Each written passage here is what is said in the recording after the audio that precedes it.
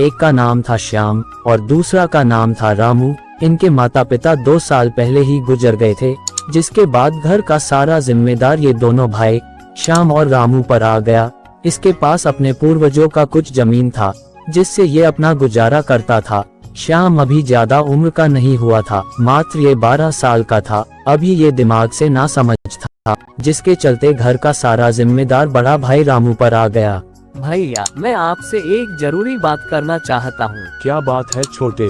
भैया, आप अकेले बहुत मेहनत करते हो, तो इसलिए मैंने सोचा कि आज से आपके साथ खेत पर हम भी काम करेंगे और आपका मदद करेंगे। नहीं छोटे, ये सब मैं कर लूंगा। तुझे टेंशन लेने की कोई जरूरत नहीं है और तुम्हें अभी सिर्फ मन लगाकर पढ़ाई करना है। हाँ श्याम, आपका भैया सही कह रहा है। तुम सिर्फ पढ़ाई पर ध्यान दो, बाकी सारा चीज तेरा भैया देख लेंगे। रामू और चंपा चाहते थे कि श्याम पढ़ लिखकर अच्छा नौकरी करे और इस घर का स्थिति में सुधार लाए, इसलिए श्याम को कुछ भी काम करने नहीं देते थे। एक दिन रामू खेतों पर काम करने जा ही रहे थे, तभी उसका दोस्त संदीप मिल जाता है। रामू भाई, क्या हाल चाल है? ठीक हूँ भाई, आप अपना बताओ। मैं भी ठीक हूँ। सुना है कि आप बहुत कठिनाइयों से गुजर रहे हो। हाँ भाई, जब से माता पिता हमें इस दुनिया से छोड़कर गए हैं, तब से सारा जिम्मेदार मेरा ही ऊपर है। तो रामू, आपका ओ छोटा भाई श्याम तेरा कुछ मदद नहीं करता है क्या? अरे भाई, वो क्या मेरा मदद करेगा? अभी तो उसका पढ़ने का उम्र है। अरे रामू भाई, आप सच में मूर्ख हो। आप पहले के जमाना में जी रहे हो। क्या बोल रहे हो संदीप? मुझे कुछ समझ में नहीं आ रहा है। मेरा कहने का मतलब है कि आप अपने भाई को शहर कमाने के लिए क्यों नहीं भेज देते हो? अरे संदीप भाई, ये कैसी बात कर रहे हो? अभी वो छोटा है, मैं उसे कैसे काम करा सकता हूँ? देख लो भाई अपने हिसाब से, मैं तो सिर्फ आपको समझा दिया। संदीप से इतना बात करते ही रामू चल देता है अपने खेत की ओर। फिर जल्दी से रामू अपने खेतों में काम करने लगता है और फिर उसका फसल काफी अच्छा हुआ, जिससे वो बेचकर अपने छोटे भाई श्याम के लिए नई किताब खरीद कर लाए। ये लो छोटे, आपके लिए ये नई किताब लाए हैं। भैया, क्यों आप हमारा इतना चिंता करते हो? अभी हमारे पास वो पुरानी किताब है ना, फिर ये नई किताब लाने की क्या जरूरत था? श्याम, हम लोग का सपना क्या है वो आप जानते ही हो कि तुझे पढ़ लिख कर एक बड़ा अफसर बनना है। हाँ छोटे, आपका भाभी सही कह रही है और तुम फालतू काम पर ध्यान मत दो, तुझे सिर्फ पढ़ाई करनी है। हाँ भैया, मैं आप लोग का सपना जरूर पूरा करूँगा। फिर जैसे तैसे करके पूरे 5 साल बीत जाते हैं और अब रामू के पास घर के सिवा कुछ भी नहीं बचा था। तभी एक दिन श्याम का ज्वाइनिंग लेटर आता है और श्याम का आखिरी एग्जाम दिल्ली में पड़ा था, लेकिन रामू के पास उतना पैसा नहीं था कि वो अपने भाई को शहर भेज सके। भैया छोड़ दो, शायद हमारी किस्मत में बड़ा आदमी बनने का लिखा नहीं है।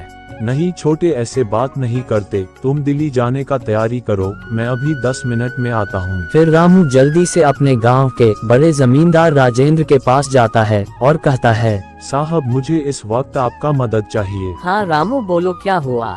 साहब मुझे 20,000 का जरूरत है, इसलिए आपके पास आया हूँ। देखो रामू, तुमने पिछले पैसे तो दिए नहीं हो और फिर से पैसा मांगने चल दिए। साहब मेरा छोटा भाई का नौकरी होने के बाद मैं आपका सारा कर्ज लौटा दूंगा। मैं वो सब नहीं जानता हूँ। अगर इस बार आपको पैसा लेना है तो कुछ गिरवी रखना होगा। साहब मेरे पास घर के सिवा कुछ नहीं बचा है। ठीक है, और अगर तुम 6 महीने के अंदर पैसा नहीं दिया तो हम आपके घर छीन लूंगा। इतना कहते ही रामू पैसा लेकर आ जाता है अपना घर और वो पैसा श्याम को दे देता है। ये लो छोटे पैसा और जाओ एग्जाम के लिए, और सुनो अफसर बनकर ही घर आना। पर भैया, आप इतना सारा पैसा लाए कहाँ से? हाँ जी, आप इतना पैसा लाए कहाँ से? चुप रहो तुम लोग, फालतू में सवाल किए जा रहे हो। शाम का जाने के टाइम हो गया है। चंपा तुम जल्दी से सब सामान पैक कर दो। फिर जल्दी से श्याम शहर के लिए निकल जाता है और तभी चंपा और रामू श्याम को एग्जाम के लिए भेजकर बहुत खुश थे।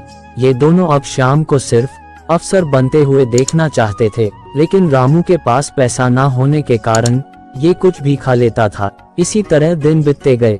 शाम को शहर जाने में 1 महीना हो गया, लेकिन अभी तक रामू और चंपा के पास श्याम का एक भी कॉल नहीं आता है। जिसके बाद रामू अपने पत्नी से कहता है, हाँ चंपा तुम सही कह रहे हो, मेरा श्याम ऐसे अचानक से नहीं बदल सकता है, उसके साथ कुछ न कुछ परेशानी जरूर होगा। हाँ जी, हमें भी बहुत टेंशन हो रहा है। मेरा श्याम हम लोग के बिना 1 घंटा नहीं रह पाता था, इसका पीछे कुछ बड़ा रीजन है। फिर इसी तरह से 6 महीने बीत जाते हैं और अभी तक श्याम का कुछ पता नहीं चला।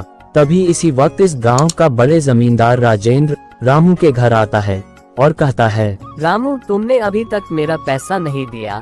हम कहे थे ना कि अगर 6 महीने के अंदर तुम पैसा नहीं दिया तो तेरा घर मेरा हो जाएगा। साहब प्लीज हम पे थोड़ा सा भी रहम करो, इस वक्त अभी हम कहाँ जाएंगे। मेरा छोटा भाई आते ही आपका सारा कर्ज चुका दूंगा। अरे रामू, तुम तो सच में मूर्ख हो। अभी तक तुमको ये भी पता नहीं है कि तेरा छोटा भाई का नौकरी हो गया है और वो शादी भी कर लिया। तभी रामू और चंपा चिंतित में पड़ जाता है और कहता है, चंपा क्या सच में मेरा श्याम बदल गया? जमींदार साहब की बात क्या सच था? बताओ चंपा बताओ। नहीं जी नहीं, मेरा श्याम ऐसा कर ही नहीं सकता।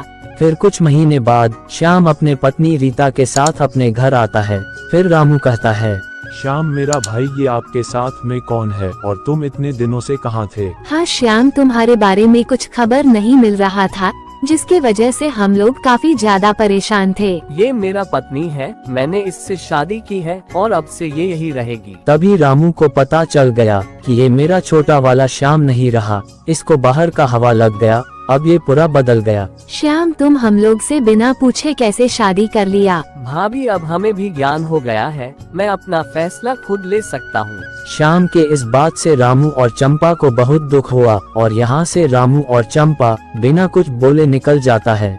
बहुत दिनों तक श्याम ने रामू और चंपा के साथ बहुत बुरा बर्ताव किया। एक दिन रामू और उसकी पत्नी, चंपा मेरा श्याम इतना कैसे बदल सकता है? मुझे कुछ समझ में नहीं आ रहा है। ये जी, भगवान पर भरोसा रखो, सब ठीक कर देगा। एक दिन शाम को रामू का दोस्त संदीप मिल जाता है और कहता है, श्याम भाई क्या हाल चाल है? सुना है कि तुम्हारा नौकरी हुआ है।